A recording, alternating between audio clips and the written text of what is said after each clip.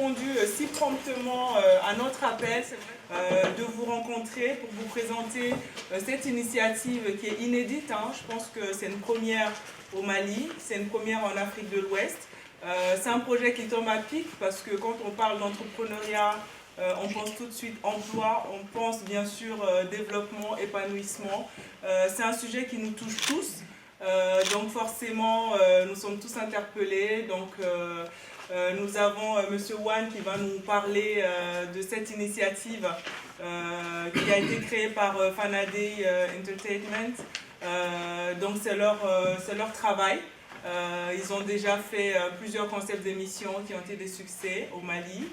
Qu'il s'agisse de Case Saramaya, de Case Sanga, de Case des métiers, de Yele Bougou. Plusieurs émissions aussi qui ont non seulement réussi leurs premières éditions, mais deuxième, troisième, il y en a qui en sont même à leur sixième. Donc pour dire que lorsque Fanadé s'attaque à un projet, souvent c'est couronné de succès.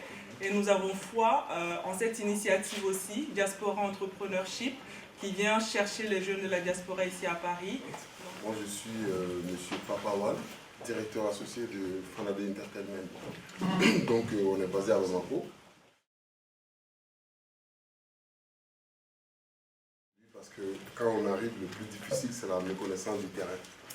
Donc après il faut essayer de voir quels sont les partenaires qui nous font confiance. Parce que après le manque de maîtrise du terrain, c'est la confiance des uns et des autres. Après, d'autres peuvent ne même pas vous faire confiance, mais c'est à vous de faire confiance à vous-même.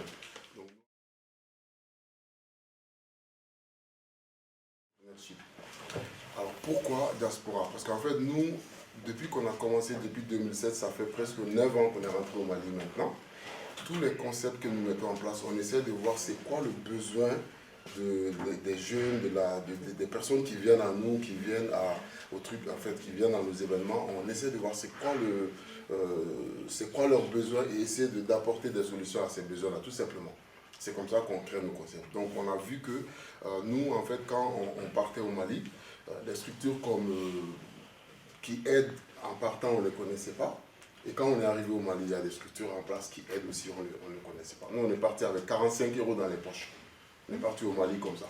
Je peux vous dire que c'est très très difficile, mais on a serré la ceinture et puis on est arrivé. Donc on se dit qu'il y a beaucoup de personnes ici que moi-même je connais qui ont beaucoup de compétences, plus de compétences que moi-même. Et donc ces personnes, ils sont là. Alors que s'ils partent au Mali s'investir, je pense que ça sera de la valeur ajoutée. Je dirais même que l'avenir de notre pays, le Mali aujourd'hui, c'est la diaspora. Je peux me permettre de le dire. Parce que quand on arrive avec des nouvelles habitudes, on arrive avec...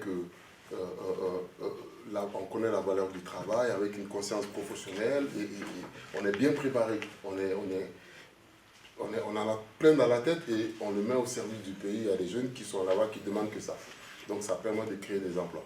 Donc c'est pour ça qu'on s'est dit que pourquoi pas lancer ce projet et surtout à ce moment précis pour essayer de voir quelles sont les personnes qui vont essayer d'être à la hauteur, de se préparer mentalement et de faire l'aventure avec nous.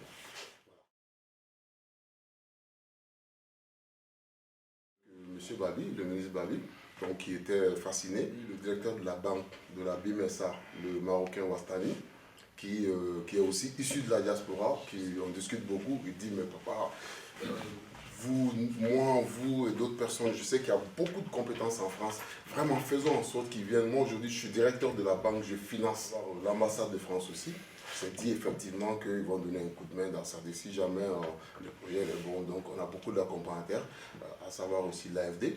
Donc voilà, c'est comme ça le projet il a mûri. On s'est dit que bon, c'est un besoin qui est là, il faut qu'on le lance. C'est de là qu'est venu le projet Diaspora. Parce que tout simplement, c'est un truc qui est à l'endroit des entrepreneurs qui sont ici en France, qui souhaiteraient s'investir au Mali pour créer des emplois.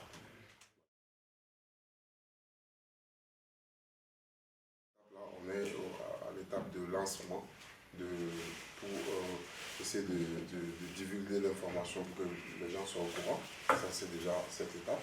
Après, on passe à l'appel à candidature. Donc l'appel à candidature, c'est, on a notre partenaire, M.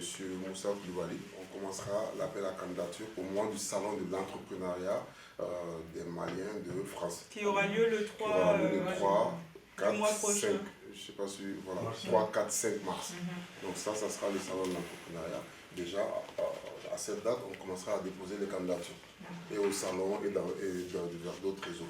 Donc voilà, ça c'est une chose. Après, au mois d'avril, on reviendra en France ici pour faire le casting.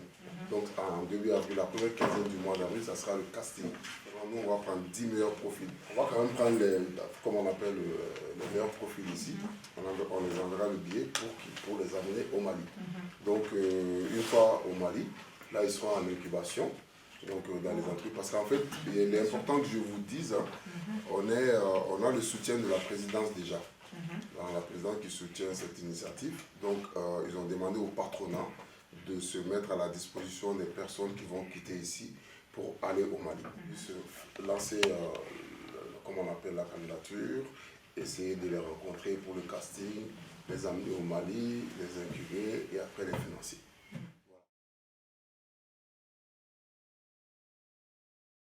Pour ce projet, c'est adressé à la diaspora malienne en France.